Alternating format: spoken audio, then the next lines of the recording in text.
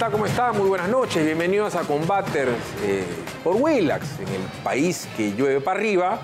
Me van a disculpar, yo no puedo ir en contra de la realidad, pese a que todo el mundo quiere, les tengo que comenzar dando mala noticia, ¿correcto?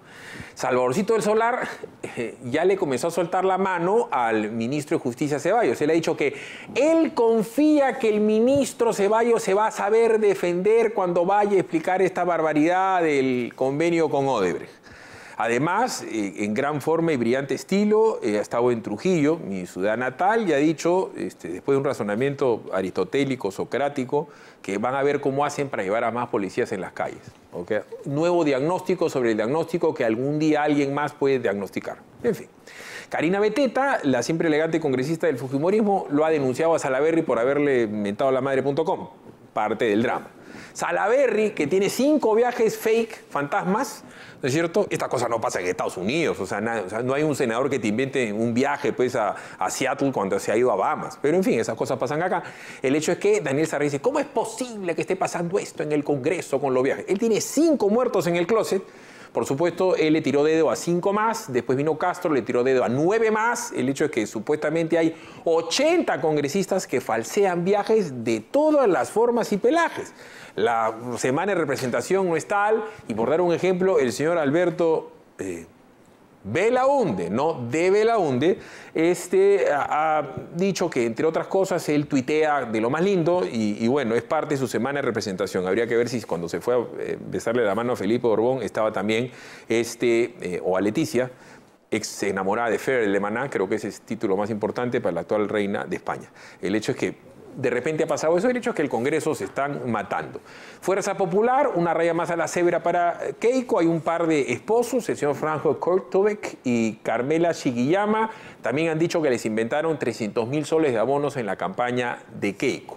Esto cobra especial relevancia porque en la Corte Suprema de Brasil ya se está fundamentando de que los aportes de campaña electorales dados por Odebrecht o a Camargo Correa, ingeniería, whatever, no son delito, sino son un aporte falso, de tal manera que esa teoría criminalística de que viene una caja negra y que esa caja negra, como consecuencia de ese nacimiento espurio, se convierte en lavado de activos, va a carecer de sentido acá en el Perú. Y recordemos que todo lo que es delito acá tiene que ser delito allá para la famosa homologación fiscal. Eso suena a trabalenguas y si no lo han entendido, no se preocupen que el común de la gente no lo va a entender hasta que le caiga la quincha a alguien. Y por último, una que es extraordinaria, ¿no es cierto? El ministro Oliva, también un razonamiento alucinante, se le ha ocurrido decir algo, ¿no? Que no sería una mala idea que la ONP, la Oficina de Normalización Provisional, se convierte en una FP pública. O sea, ¿qué cosa implica esto, Mr. Oliva? El 50% del dinero que se le paga a la gente lo banca el Estado, porque la ONP está quebrada. Entonces, si quisieras hacer, mi estimado señor Oliva, ojo, yo no soy economista, pero sentido común tengo, si quisieras hacer una ONP privada, la ONP Perú, tenías que bancar la diferencia, es decir, le tendrías que dar solidez financiera para que pueda ser supervisado, entre otras cosas, por la Superintendencia de AFPs, porque después entrarías a competir con AFP Prima, con AFP Integra, Horizonte, y el Estado peruano no solamente tendría una nueva empresa pública, sino podría comprar un montón de otras empresas privadas. Es decir, otra vez, 30 años después de que cae el muro, el Perú va a ser un Estado empresario. Y por supuesto nadie, o nadie es plural del verbo nadie, tan conocido en el Perú, ha salido a darle frente. Esas son todas las malas noticias. Bueno, mala noticia también es que Arequipa nos ha heredado a un tal Abimael Guzmán, Arequipa nos ha heredado a un tal Vladimiro Montesinos, Arequipa nos dio al arquitecto Fernando Belaunde Iterri, arquitecto desgraciadamente fue un gran tipo, pero muy buen presidente no fue, porque él nos hereda a Alan García y a Sendero y tal.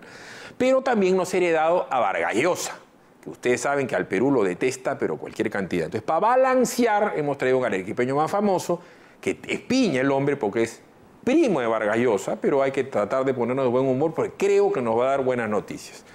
Hernando de Soto, buenas noches. ¿Qué tal? ¿Cómo estás, Philip? ¿Eres de verdad el arequipeño más famoso del mundo? Depende en qué terreno. Sí, pues en economía, en ciencias sociales. Economía. Tú eres un transhumante, vienes del Perú.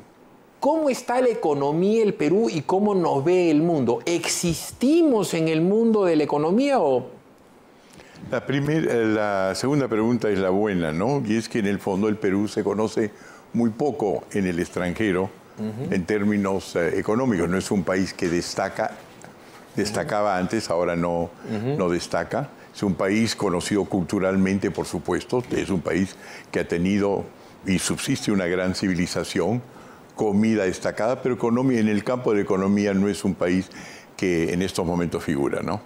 ¿Somos nosotros atractivos para las inversiones? No sé, pues un banquero suizo habla del gran oro del Perú, del gasoducto peruano, un banquero de inversión de Wall Street o un señor que está pues en la milla cuadrada más rica de Inglaterra, ¿se preocupan por lo que pasa en Sudamérica? ¿Nos tienen mapeados para invertir? ¿Pasa eso algo o no?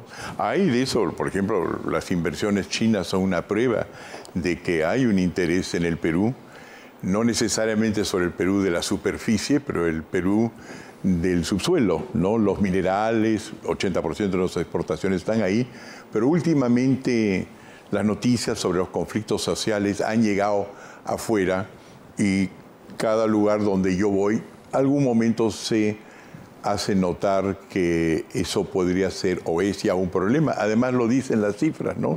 Las inversiones en nuevos proyectos están bloqueadas. Cuando estás en el exterior, ¿te creen que eres peruano? Digo por la clase de educación que has tenido. Yo entiendo que tú has vivido en Suiza, que eres, en fin, hablas francés, hablas inglés y tal, pero te pasas la vida dando charlas entre presidentes, jeques, dignatarios y tal.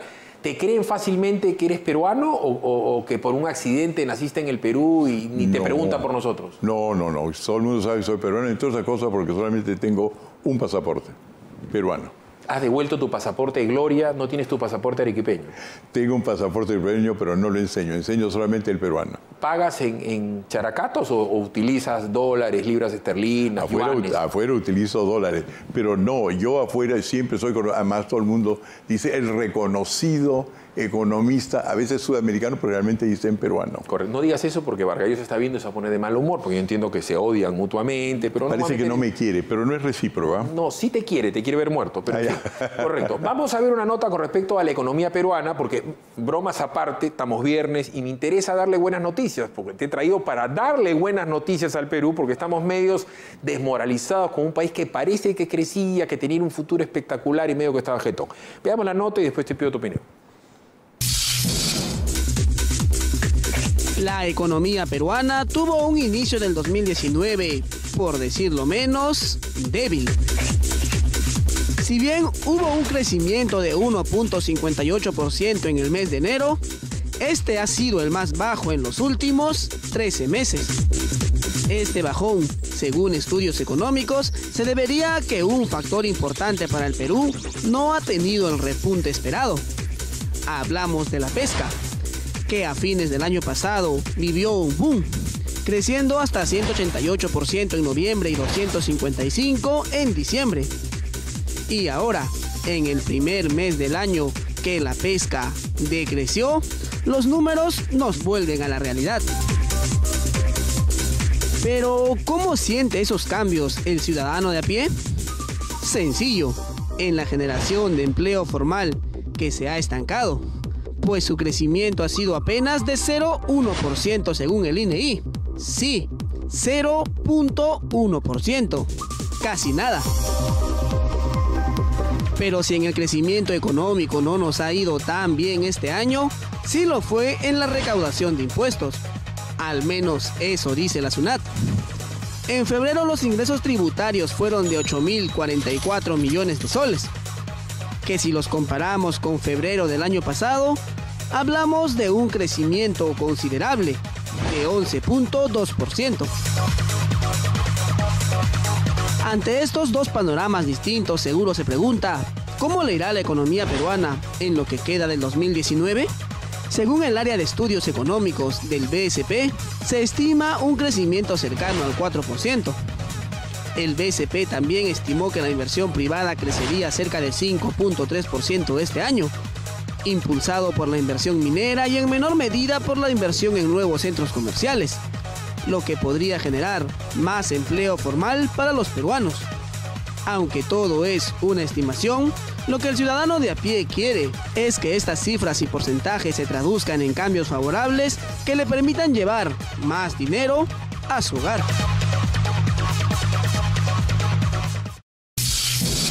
A ver, hagamos la ficción de que hay una teleconferencia en donde está sentado De Soto con Mr. Trump, no sé si lo ubicas, uno se peina muy estrambóticamente, con Vladimir Putin, que ha matado unos cuantos, con Xi Jinping, no sé si lo ubicas, es un patita, ¿no? Y con Angela Merkel, ¿no? Que es casi la reina de Europa.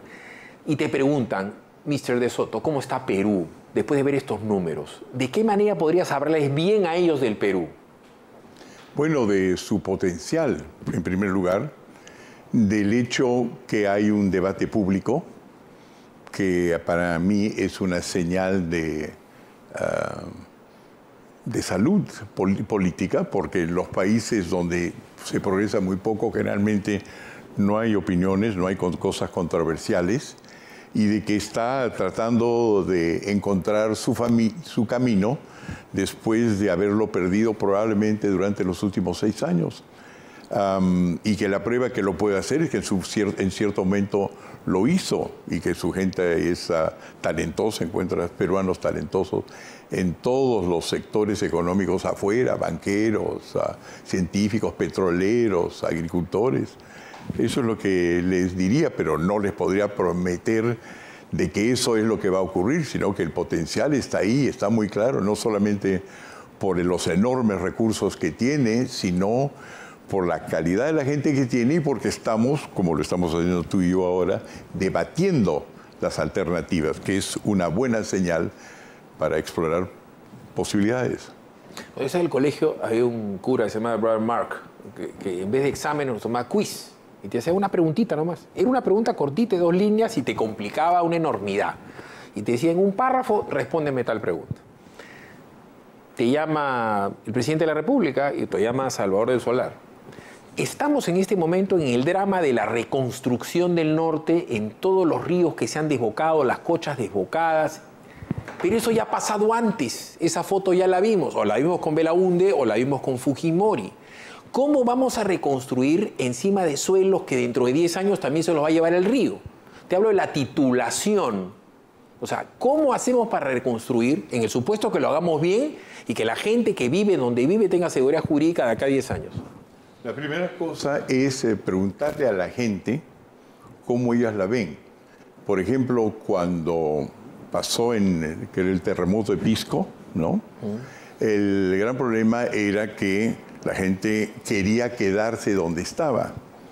Y cuando se pusieron equipos de los que nosotros habíamos formado y construido para ver los problemas de vivienda, entramos al meollo del asunto para descubrir que a la gente que se le habían preguntado eran inquilinos y no querían moverse porque entonces perdían el derecho de morar donde los dueños querían botarlos hace años. Entonces, cuando se descubrió eso, pudo haber cierto progreso porque se sabía por qué razón no se querían mover. Entonces, otra razón por la cual no se quieren mover es que nadie va a moverse de un lugar donde tiene cierta estabilidad a un lugar donde no sabe cuál es el futuro. Y eso es titulación.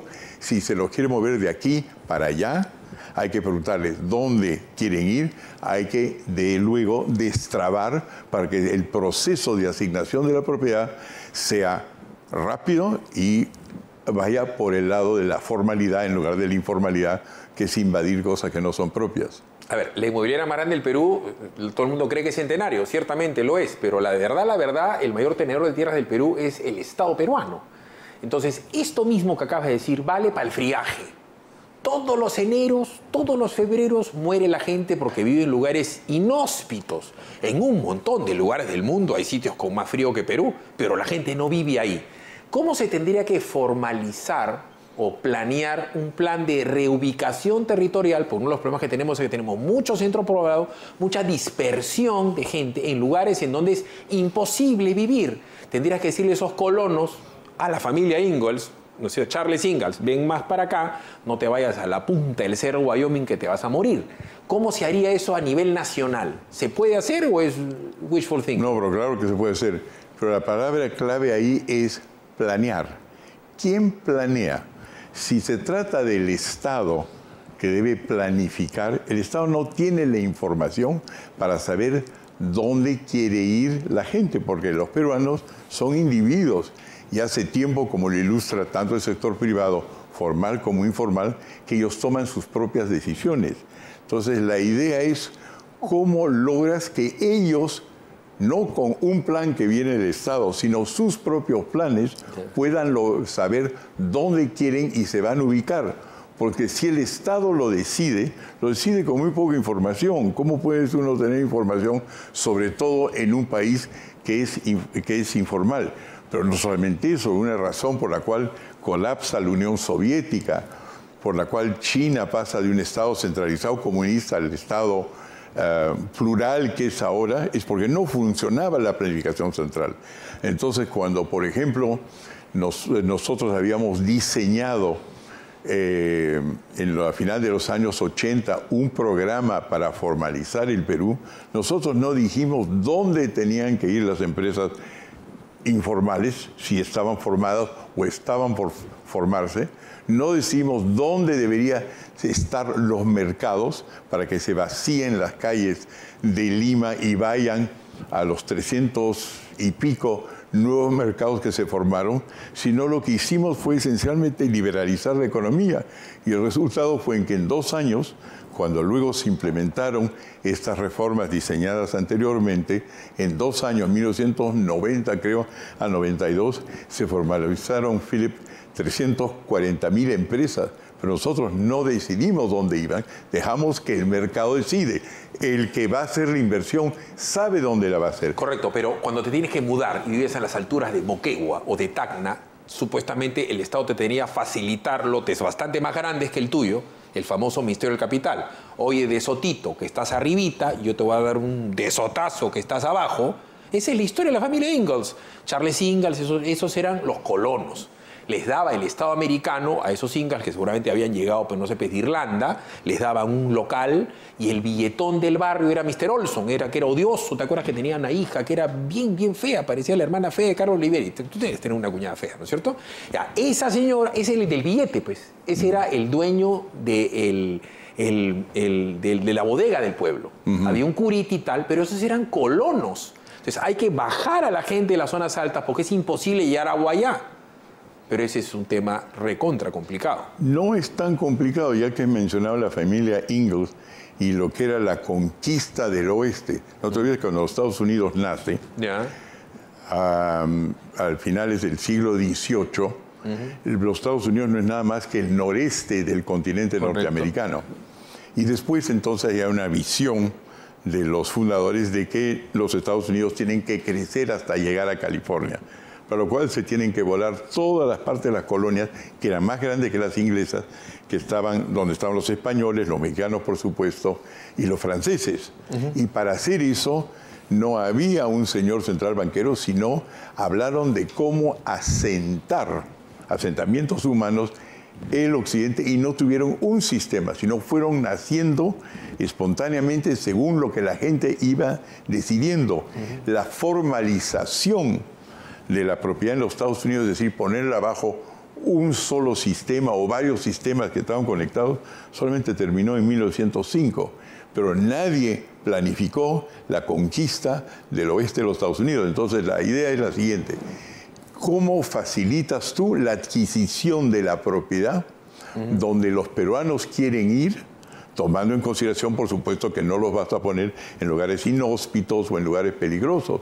Y lo que no se hace en el Perú, pregúntale a cualquiera que quiere comprar una propiedad, que quiere hacer el trámite para establecer su empresa acá, que quiere abrir una mina, cuántos son las trabas con las cuales tiene que lidiar, y si eres pobre es peor aún. Ahí vamos a hablar, pero bueno, para que la gente se une, bueno, es más o menos como dice De Soto, que está en modo buena gente, porque a los mexicanos les achacan su tierra, Los Ángeles, San Diego, California, está el Álamo, ¿te acuerdas? Los matan a los mexicanos y se la tiran. A Napoleón le compran la parte francesa, se la compran, le dieron un cheque y Napoleón dijo, Estados Unidos, pues, y a los Cheyenne, los Arápajos, los Cherokees, los matan. O sea, Rintintín, Guaybiljico, que esos, en realidad, fueron crueles con eso. Pero no te quiero... No, pero entremos a eso. La razón por la cual un ejército estadounidense, mucho más chico que el ejército de México. Barre al ejército mexicano es que mientras que los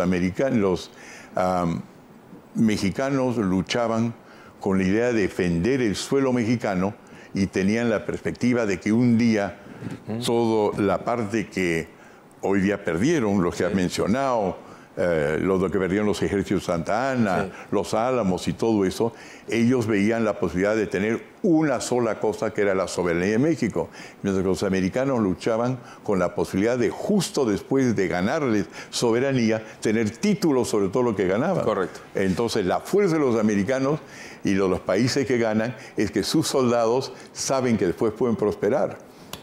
Money talks. No, money talks, property talks. Ok. Fue la seguridad de tu familia talks. Correcto. Por si acaso son los Estados Unidos de América y los otros son los Estados Unidos mexicanos. Esos son los dos verdaderos nombres. Vamos a ir a la pausa. Anda sacando, Salvadorcito, tu lapicerito. Martín Vizcarra, saca tu lapicerito. Ministro M, saca su lapicerito. Porque vamos a hablar con De Soto de los problemas que tenemos en las Bambas, que son con la minería legal, formal, Barrick, Newmont, Buenaventura, los grandotes. Y también de la minería chiquitita, que es otro tema. Y de los dos vamos a hablar con Hernando De Soto. Vámonos a la pausa, saquen sus calculadoras, váyanse a 2 cuadras del Lobo de los Miraflores, que ahí está Compupalas. Ahí todos eran emergentes, todos eran nicios. Ahora todos son ricos y cada uno tiene más plata que el otro, porque se han formalizado y tienen location. A 2 cuadras del Óvalo de Miraflores está el centro tecnológico más grande del Perú y se llama Compupalas. Ya está la tecnología al alcance de todos, inclusive los arequipeños. Vámonos a la pausa y regresamos con Hernando De Soto.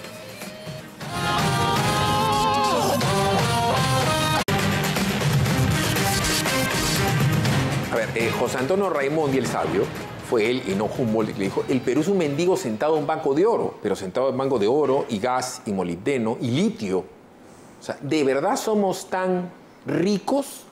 ¿Qué tan ricos somos? Y por eso te voy adelantando. En este bloque vamos a hablar de la gran minería. Después vamos a hablar en el otro bloque de la minería más chiquitita, que termina siendo grande en términos económicos. Pero ¿de verdad el Perú es tan rico, mineralmente hablando? Sí, por supuesto, y es reconocido por eso. Por sencillamente la estructura geológica del país, ¿no? que son los Andes, pues que no son otra cosa que la tierra que se abre. Y por si acaso, que es una cosa interesante, yo también creía que era un dicho peruano, ¿no? Un mendigo sentado sobre un banco de oro. Tú sabes que ese dicho existe en todos los países en desarrollo y mineros del mundo. Solamente que no se dice un mendigo sentado sobre un banco de oro, sino un mendigo sentado sobre una olla de oro, a pot of gold. Pero lo cual indica básicamente la cosa siguiente: que tengas minería o que tengas algún bosques o agricultura, lo que sea, es de que esencialmente lo que falta es una manera de poder llegar a esos recursos y explotarlos, ¿no? Porque lo que ocurre es que tú puedes tener oro, puedes tener cualquiera de los metales o minerales que tú has mencionado, pero ninguno de ellos sirve solo. Tienes que amalgamar las cosas, tienes que juntarlas. ¿No? Este reloj que yo tengo por ejemplo ahora, tiene varios minerales adentro y productos de petróleo. Tiene 120 elementos que vienen del fondo de la tierra. Rubíes, piedras, las cosas que son hechas por petróleo, rocas, todo eso está acá, cosa que ninguno de esos funciona si tú no estás en contacto con los mercados donde todos estos se pueden combinar. A ver, tú eres arequipeño. Soy. Cierto amarrito. O sea, tu reloj no vale $35 con algo regalado. ¿Te lo has comprado tú o te lo ha regalado Aldo Mariatti? No, me lo he comprado yo en un aeropuerto. En un aeropuerto. Pero compraste algo y te lo regalaron. No, es baratísimo. Creo que son $100, $120. Aldo Mariatti nunca compró nada que valga más de $35. Ningún objeto. Es un hombre que piensa sus gastos, ¿no? Se ahorra de que esté en primera y media. Pero en fin, póngase a pensar, ni Suiza, ni Japón, ni Alemania, ni Inglaterra, 4 países que tienen un estado de cualquiera de esos países tiene más plata que nosotros, tienen la riqueza que tenemos en el Perú en una sola mina, que es Las Bambas. La segunda inversión minera más grande de América en este momento está con un problema sideral. Entonces hay que utilizar el cerebrito del arequipeño más famoso para que nos ayude a solucionarlo, porque no le están dando. Veamos el tema de Las Bambas. Minería formal grande, por si acaso. Miren.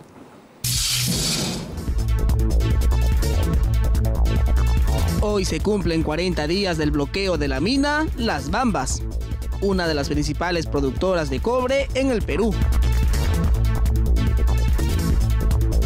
El bloqueo es de la carretera que comunica la mina con el puerto de Matarani, a la altura del distrito de Colquemarca, provincia de Chumbivilcas, región Cusco. Esto impide el transporte de los minerales y genera grandes pérdidas.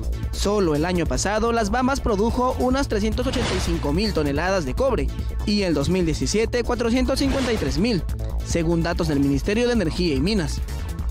En la actualidad la producción está siendo afectada y a fin de año quizás no se llegue a esas cifras.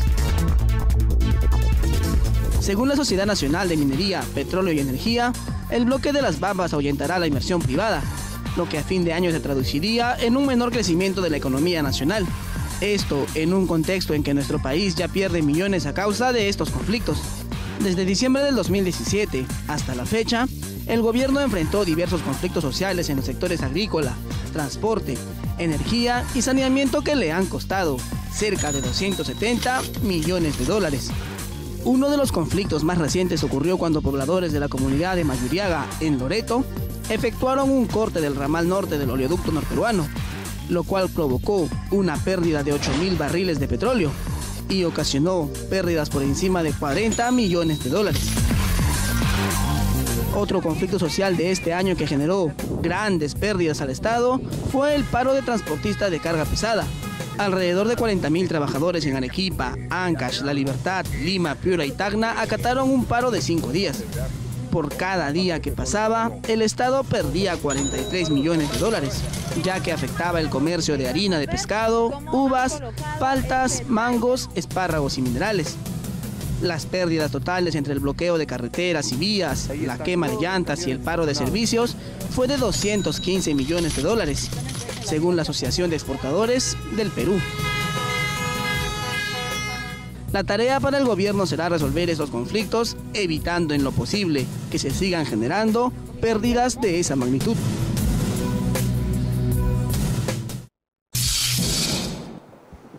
Cuando vino Xi Jinping a la reunión que fue el año pasado con estos patitas que eran los presidentes más ricos del mundo, tomaron Las Bambas.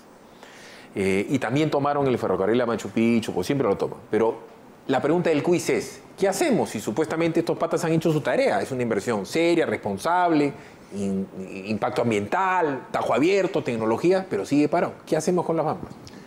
Lo mismo que hay que hacer con el resto de proyectos bloqueados del Perú. Las Bambas es uno importantísimo, por supuesto, pero el total, nuestro cálculo, es de que el total de reservas minerales del Perú bloqueadas en este momento es de 800.000 millones de dólares, que es 4 veces el Producto Bruto Interno del Perú en un año. Si vemos si es un problema único, en primer lugar, para dimensionarlo, vemos que es un problema universal. En todo el mundo están bloqueados por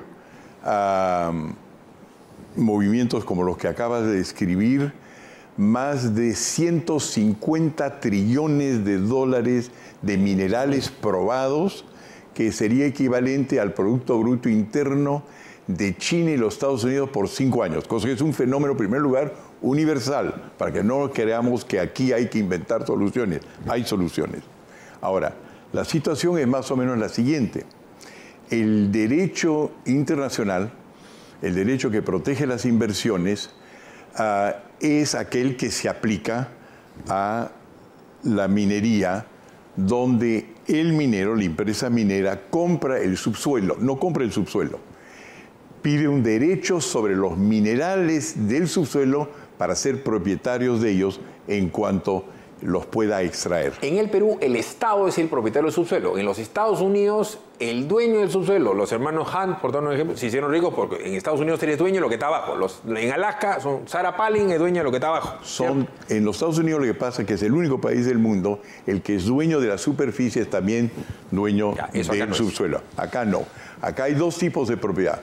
Por orden vertical, que es el subsuelo, es del Estado, puede entonces vender su contenido a las compañías como las que están manejando las mambas, pero la superficie pertenece a los que están arriba. Muy bien. Entonces, los que están de arriba, anteriormente, hace 6 o 7 años, cuando los que tienen el subsuelo querían sacarlo por la propiedad de aquellos que estaban encima, lo que se hacía es o se expropiaban o se creaba una servidumbre, pero de una manera o de otra podían entrar 1.200 policías o 5.000 como los que fueron a Tía María hace poco, o 1.200 como los que están hoy día en Madre de Dios, o como 1.500 que son los que generalmente ocurren. Ya, pero por ahí no va la cosa. Por ahí no va la cosa. Entonces, ¿qué es lo que pasa? Es la cosa siguiente. Las compañías mineras hoy día son dueños, digamos, de lo que hay en esta botella. Pero los peruanos pobres son dueños de la tapita. ¿Ya? Entonces, tú puedes ser dueño de todo esto, pero si la tapita no quiere que salgas, te tapa. Hoy día, porque hoy día existen varias normas, incluyendo las creadas durante el gobierno de Humala, más o menos 100, a ver un segundito, más o menos unas 300, que le han dado un enorme poder. O sea, has hecho una rosca de 300 vueltas. 300 vueltas. Ya. Entonces, la idea, que a mí, lo dicho de paso, no me parece mal que a estos que están aquí encima, que son las comunidades, sobre todo las personas de origen campesino, humilde, también participen en lo que está de abajo. O sea, los Arapas o los Cheyenne, los Sioux, para llevarlo, retrotraerlo al mundo por los Alaska. Pero por supuesto, estos están probando ahora, para que dimensionar el tamaño del problema, son ya más poderosos que todas las Fuerzas Armadas del Perú. Ya.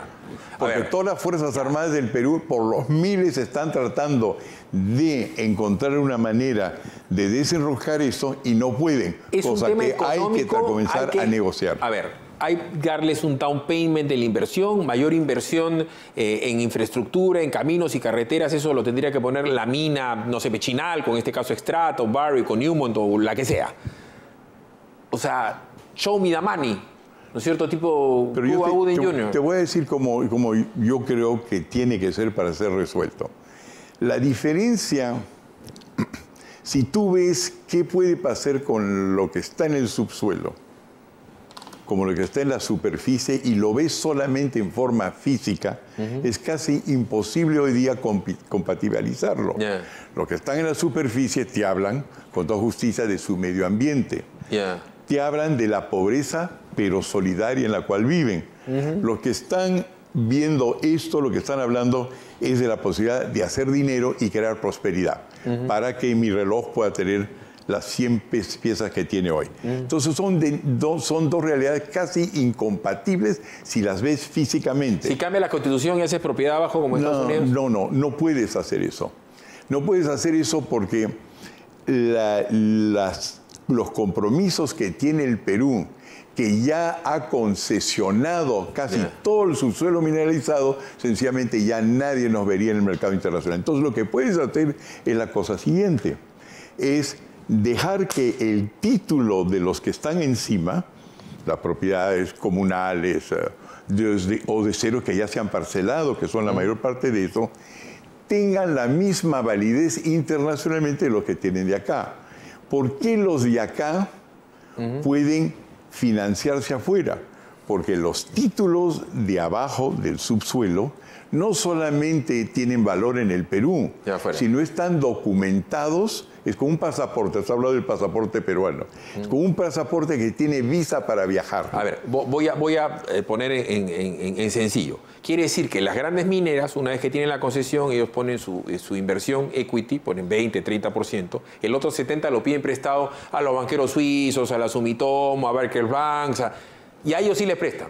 Claro, cuando van a levantar inversión o préstamos, ellos tienen que indicar, porque son las normas de todos los mercados de capitales del mundo, que sí controlan la propiedad que tienen. Pero tienen que hacer dos cosas. Tienen que indicar que tienen la propiedad del subsuelo, y la riqueza, buenos títulos, y tienen que indicar que tienen la propiedad de la tapa, porque si nadie las compra. Entonces, lo que está ocurriendo desde Bambas hasta no se llamaría Conga, Tambo Grande, lo que sea, es que cuando están yendo a los mercados financieros ahora, y es por eso que nos va a ir mal el futuro si no corregimos eso, es que están entrando con solamente un título para la botella. Pero lo que tú me quieres decir que la piedra filosofal, o sea, la alquimia es que esa tapita, el título, el de arriba, de los comuneros, tenga internacionalmente la suficientemente fuerza como para que ellos, por dar un ejemplo, contraten un hiperestudio de abogados a sentarse a negociar en muchas mejores condiciones porque mi título valor es tan potente como el tuyo, o casi tan potente como el tuyo, y yo me puedo también ir a... Tiene que tener la misma. Dicho ese paso, comencemos por lo siguiente. Todas las minas que se han ido financiando con capitales internacionales han vendido las dos cosas. Es decir, han agarrado la concesión que tienen, el título para el subsuelo, y han comprado los títulos, como lo han hecho en Conga, por ejemplo, de toda la parte superficial, y los han empaquetado de una manera tal que ambos se han comprado en el exterior. Lo cual quiere decir, para agregar complicar un poquito más la imagen, que es que un título informal sobre la superficie de un yacimiento peruano, en el Perú podemos considerarlos informales, perseguirlos, pero afuera en Wall Street sí se compran. Entonces, lo único que falta para hacer que pues se compran por la razón siguiente, porque la compañía minera, la que extrae, la ha puesto dentro de un paquete formal a través de una serie de fórmulas que son relativamente sencillas.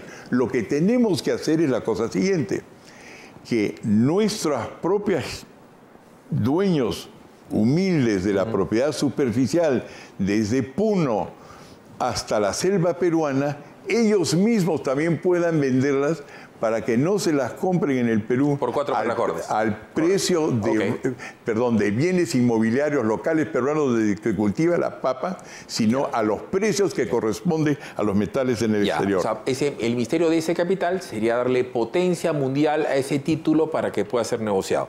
Tú hablaste de complicación. Como comprenderás, tú eres arequipeño y yo soy peruano. Y yo tengo que joderte la vida en venganza por lo que ustedes nos han hecho. Correcto. Tu primo, merecido, Abimael. claro. Entonces te lo voy a complicar mal. Vamos a ir a la pausa y te lo voy a complicar mal, porque tú has hablado cuando tienes una contraparte, que es una empresa formal, con gente de cuello y corbata. Pero ¿qué pasa si los mineros son un montón, y es la llamada minería informal, que ya están desperdigados, ahí no hay título a valor, no quieren tener título, van, compran su Caterpillar, hacen su hueco, meten sus anuncios, sacan la vaina, lo venden informal? Es otra cosa, mariposa. Te la voy a complicar luego de la pausa. Vamos a ir a la pausa, ya lo compliqué, ¿no?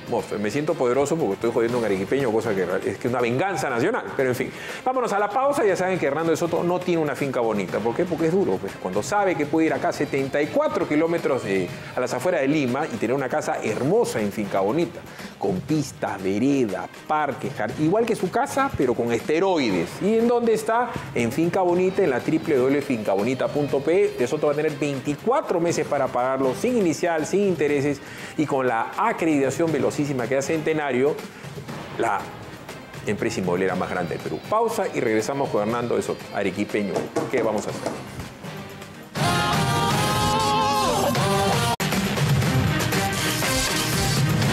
A ver, la cosa se complica más cuando es minería informal, que está desperdigada en inmensas áreas de costa, sierra y selva, cuando esto se combina con narcotráfico, con neoterrorismo, neoecologismo, con escisionismo. En el caso de Puno tienen a Dubiri, que quiere ser más aymara o boliviano que peruano, pero además allá el contrabando y narcotráfico, es decir, la minería ilegal. Vamos a ver un informe y hablamos ya de la complicación máxima, ¿no es cierto? O sea, a lo que nos diste, nos sumas todo ese recuteco. Veamos la nota.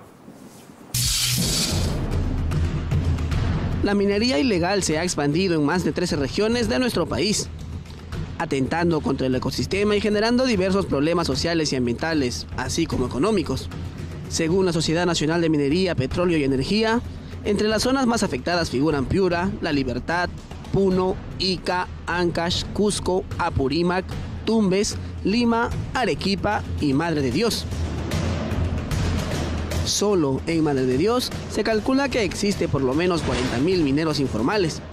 Precisamente en esta región, en la zona de La Pampa, El gobierno ejecutó el pasado 19 de febrero un operativo para recuperar terrenos ocupados por la minería ilegal.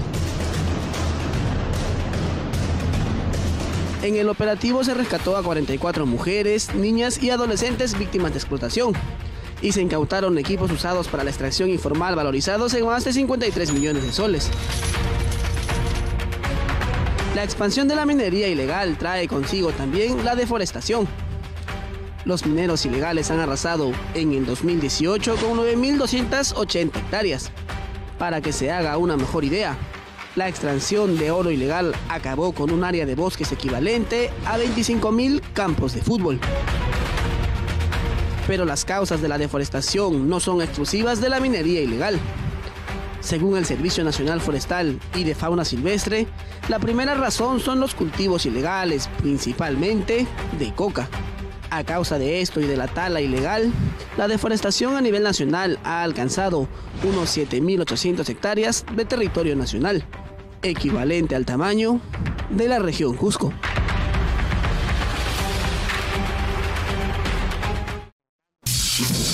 Ahora te quiero ver, ahí no hay título abajo, no hay título arriba, hay coca, hay narcotráfico, hay tráfico de mujeres y de niños, hay... O sea, este ya es la acabose. ¿Cómo le pones orden a esto? Bueno, la primera cosa es que esto que ha enseñado tu película es 20% de la minería del Perú, 20% de la minería informal.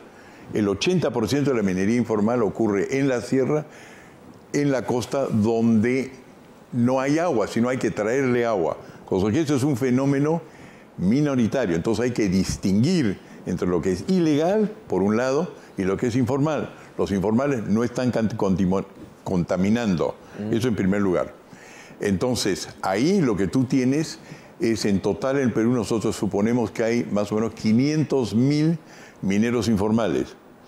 Si le agregas a eso sus esposas, sus hijos... y 2,5 millones de personas. Ya, y si agregas todos aquellos que viven de ellos, porque hay que transportar el mineral de un lado a otro, estamos hablando quizás de 5 millones de peruanos. Entonces, a 5 millones de peruanos no les puedes declarar la guerra así nomás. Lo que tú tienes que ver es por qué razón están afuera, cuáles son los trámites, por ejemplo, para formalizarse. Entonces, en Madre de Dios, donde se han ofrecido esos trámites, hasta la fecha nos ha anunciado últimamente el nuevo gobernador de Madre de Dios, la formalización trazada en tiempos del gobierno de Humala ha permitido la formalización de 2 mineros. 2. El resultado, como todo lo que se hace mal, es que ahora hemos entrado con tropas a nuestro propio territorio, cuando el problema es que es una formalización mal hecha. O sea, tú te estás peleando en la sala de tu casa, pero quiero que la gente entienda esto. Hemos hecho en el interín, Ministerio del Ambiente, no sirve para nada. Hemos metido al Ministerio de Cultura para pedir la consulta previa. Entonces, hemos metido un montón de roscas a la tapita y no tenemos cómo. Y además, hay otros que son más vivos, que le han puesto, además, piedras a la rosca, que es Sendero Luminoso y el MRTA, con el neoecologismo. O sea, eso ya te dice que el problema es un problema de seguridad nacional. Es un problema de seguridad nacional que afecta la posibilidad de que el Perú pueda crecer al 10% al año, que invita a lo que son y que eran exterroristas a hacer el juego de protector de los pobres. Y la prueba de ello es que cada vez que tenemos uno de estos problemas, salimos con tropas. ¿Sí? O sea, Robin Hood. Nosotros somos el alguacil de vamos a crear una serie de Robin Hoods. Lo que habría que preguntarse, que es la cosa importante, es por qué todos esos mineros informales, que son, dicho de paso, también los que están encima de la tapa, por una razón, porque ninguno o muy pocos son mineros todo el tiempo, sino son agricultores cuando el precio de la papa está mejor, o lo que sea, y son mineros cuando el precio del oro o lo que sea sube.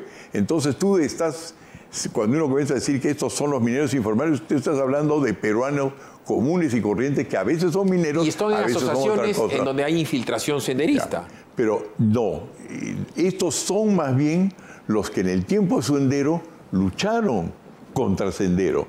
Y ahora lo que estamos haciendo es volver a meterlos en los brazos, no solamente Sendero, sino todos los grupos radicales que hay en el Perú. Lo que habría que hacer es la pregunta siguiente. ¿Por qué todas estas personas que quieren básicamente entrar a la ley, lo han dicho, han pedido? Está probado que para poder tú formalizarte según las normas actuales, si eres un humilde minero informal peruano, requiere por lo menos 1.200 días de trámite solamente para que el Estado te reconozca. No te ha dado ningún derecho sobre lo que hay abajo. Además de eso, el Estado se ocupa de perseguir a las refinerías, a los que procesan los minerales, porque los minerales, para que tú no le tengas que poner mercurio, lo ideal es que lo pases a una refinería que dentro de tambores cerrados lo procese en lugar de tener que botar mercurio a donde sea. Entonces, eso es la primera cosa. Nadie quiere ser, Philip, en el Perú informal o ilegal. Simplificación administrativa, simplificación de trámites. Pero ¿quién quiere decirle a su hijo, mira, hijo, vamos ahora a sobrevivir en una empresa en lo cual lo fundamental es saber cómo coimear bien, cómo atravesar las áreas administrativas que nos obligan a nosotros a comprar explosivos a 2 o 3 veces el precio del mercado o el cianuro, formal. O la Coca-Cola, que es más cara ahí también. O la Coca-Cola. ¿Quién quiere tener una familia en la cual tú tienes que explicar cómo se coimea? Creando una corrupción mucho más grande que la que estamos hablando con la no se trata de generar, por cierto, un ministerio del trámite para simplificar los trámites, porque acá cada vez hay más ministerio de la mujer, ministerio de deporte, ministerio de cultura, ministerio del trámite. Se trata de saber la cosa siguiente. Si hay 1.200 días de trabas para formalizarse, ¿cuál es la fuente de esas malas decisiones?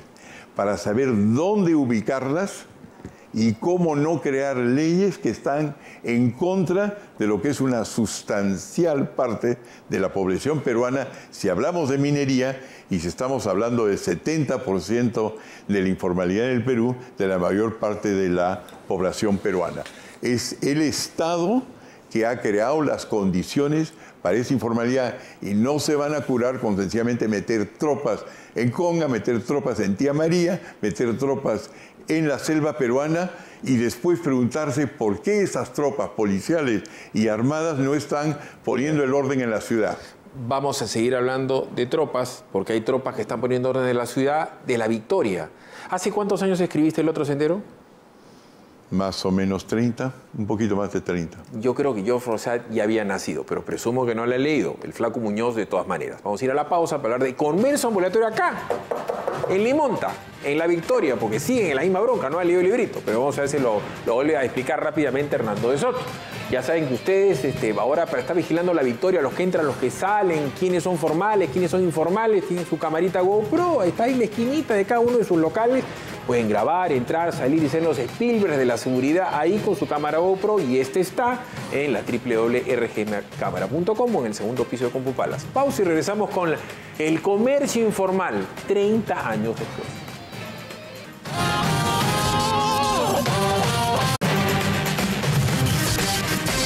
A ver, George Forsyth, porque así se pronuncia, tiene un nombre de rey y apellido escocés. Ha hecho un operativo, 2.500 policías, ha sacado a palos a los tipos, no lo deja entrar. Ahora se han ido a las avenidas aledañas y le ha dicho al alcalde Jorge Muñoz Wells, los dos son Jorge, y le ha dicho, ¿sabes qué? Ahora ese es tu problema, lo de allá, que ya no vengan acá. No han leído El Otro Sendero. ¿Cómo se puede solucionar este tema? Bueno, déjame decirte, en primer lugar, yo lo tengo en alta estima al alcalde Forsyth, porque se ve la voluntad de poner orden. Y a través de un sistema de ensayo y error va a ir viendo cómo va la cosa. En primer lugar, está demostrando que tiene autoridad. Lo que ocurre es de que cuando tú votas a gente de la calle, cuando tú votas a comerciantes, como todos los que hemos algún momento entrado en la vida de los negocios saben, la ubicación es crucial. Hay lugares, esquinas en las cuales se vende, esquinas en las cuales no se vende. Entonces, una de las tantas cosas que nosotros hicimos cuando tuvimos que ver algo con COFOPRI, con los distintos ensayos para crear títulos de propiedad en el Perú, es la libre movilidad de la gente, porque ellos van a saber dónde ir para poder vender, quiénes son sus clientes. Entonces, la primera cosa que es importante darse cuenta es que formalizar en una ciudad que tiene 10 millones de personas, no es posible hacerlo solamente en un lugar. Hay que saber cómo esa gente se va a reubicar y qué facilidades tiene para ubicarse bien para vender. A ver, el gordo Andrade lo sacó y los mandó a Polvos Azules. Eso fue Castañeda, creo. No, Castañeda fue las Malvinas. O sea, los Polvos Azules se va armando y le dijo, ya, ustedes pueden ir a Polvos Azules. Ya, el hecho es que tienen que ir a algún sitio, esa gente no se evapora. La mercadería que es San Francisco, porque los que venden formalmente dicen, hay que vender como sea, sacan al hijo, al sobrino, al tío, anda, vende allá. Pero también hay todo un tema de la exportación formal que vende informar la merma. O sea, el Polito Merona, el Louis Vuitton, el Burberry que tú usas para dormir, eso igualito lo venden. Con o sin marca, sin factura, y la gente va y lo vende en la calle. ¿A dónde? Donde va la gente. El location. Por eso hay Regent Street en Londres, porque es el sitio donde todo el mundo va a comprar, ¿no es cierto? Y existe pues Times Square. O sea, y location hay en todo lado del mundo. Y entonces la gente mira a Gamarra porque ahí está Gamarra. Entonces, ¿qué cosa hay que hacer? Bueno, los están sacando de una cuadra para el otro y esto es como un perro que se muerde la cola. La primera cosa que uno tiene que saber es que los ambulantes no quieren estar en la calle. Las estadísticas indican que ningún ambulante dura más de 13 años en la calle. ¿Por qué? Porque no tiene agua corriente. Tiene 50 hectolitros de orina que están circulando por las veredas. No tiene cómo refrigerar y le roban a él tanto como nos roban los que no somos informales. ¿Okay? Quieren salir. Entonces, lo que hay que acortar es el trámite que hay que hacer, que los constructores necesitan hacer para crear malls, para crear centros comerciales, para que puedan salir lo antes posible. Porque cuando tú ves que armar un negocio, armar una vivienda, armar una empresa cuesta centenares y no miles de días, tú estás creando el mercado en la calle. Pero espérate, pues. Lo que la gente, repito, este es un tema de mecánica de negocio. El gran problema es que ni Muñoz ni Forsyth han hecho un negocio en su vida. Entonces, repito, está el ambulante que tiene el costo bajísimo del polo bacán y de la merma y el polo que ha comprado sin factura. Entonces, él tiene que vender también sin factura porque él no tiene, pues, evidentemente, el costo-beneficio del IGB ni la renta. Pero entonces, se ve apretado el dueño de la galería, guisado, por decir, adentro hay un montón de... Entonces, estos señores agarran su merca y mandan al hijo a venderla afuera. O sea, el ambulante... La mitad o el 70 no es tan ambulante, es el formal que vende sin factura porque el otro está haciendo la trampa. Entonces, acá hay un fenómeno socioeconómico, no es represivo. Pero claro que sí. Lo que ocurre es la cosa siguiente, repito. Ellos tienen un costo enorme estar en la calle. En primer lugar, repito, porque no están protegidos, porque no tienen un lugar para poner stocks, los costos son altísimos. Dos, como tú lo acabas de decir, el ambulante no deambula, tiene una posición fija. Esa posición fija no resulta fija porque él lo desea, sino porque paga las coimas necesarias para tener estos metros de cuadrado de esta vereda aquí en otro lugar. Si tú sumas los costos que ellos tienen, va mucho más alto que los costos de que ellos tienen que pagar. Tendría que pagar por pagar impuestos. Entonces, ninguno de ellos quiere estar ahí, ninguno de ellos quiere pagar coimas, preferiría estar en un lugar techado, con agua corriente, donde puede proteger y acumular grandes cantidades de stock. Entonces, regresemos a lo que es la formalización. La formalización es esencialmente destrabarle todos los trámites que tienen que hacer los constructores, los que construyen centros comerciales, los que consultan por la gente para saber dónde se quieren ubicar o no ubicar, y con eso resuelves el problema de la calle. Correcto. Si no, lo que vas a hacer es vas a meter policía, se van a ir a otra parte de la ciudad, lo van a perseguir de nuevo, van a crear motines, alienación entre la gente y vamos a ir mal. Lo importante es la cosa siguiente: ¿dónde vienen todas esas malas decisiones que agobian a todos los peruanos, ricos y pobres, de poder construir ellos salidas a los problemas sociales grandes que han comenzado a acumularse de nuevo? Por dar un ejemplo, ahora la gente va a poder descontar de su RUC personal determinados gastos. Si esos ambulantes que van y compran sin factura esa merca y salen a venderla sin factura a la calle y tuviesen un RUC en donde pudieran descontar, no sé, gasolina, seguro, llanta, lo que sea parte de su negocio, y también te podrían vender con una facturita, pero a la vez ir a un sitio donde puedan comprar, como en Compupalas, una tienda, el cual tú le das el crédito, esa gente dejaría de vender en la calle porque ya tendría una tranquilidad. Entonces ya no fuerzas al formal a competir con el informal a la mala. Ese es el punto. Repito, es un fenómeno, una mecánica socioeconómica, más inclusive económica que social. Pero en fin, vamos a ir a una pausa y regresamos con el arequipeño más famoso para sus palabras finales.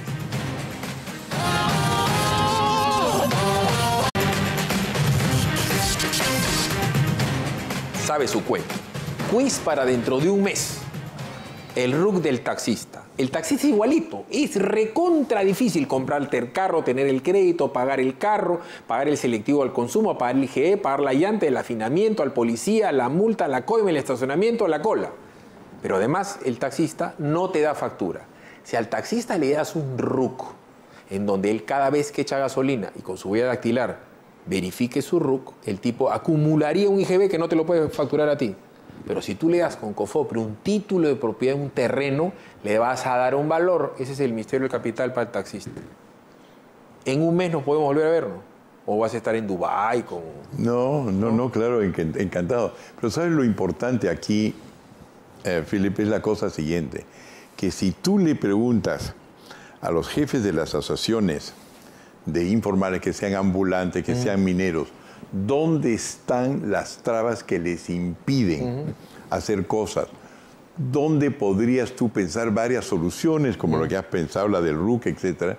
Tú te podrías nutrir de la información que es necesario para saber dónde curar los problemas. Lo que te he explicado anteriormente, que el problema de los ambulantes en gran parte se cura con construyendo mercados donde ellos pueden ir y donde pueden en cómodas cuotas mensuales lograr un espacio. Ocurre que la solución a los ambulantes puede no estar en la calle, sino en el mercado de la construcción.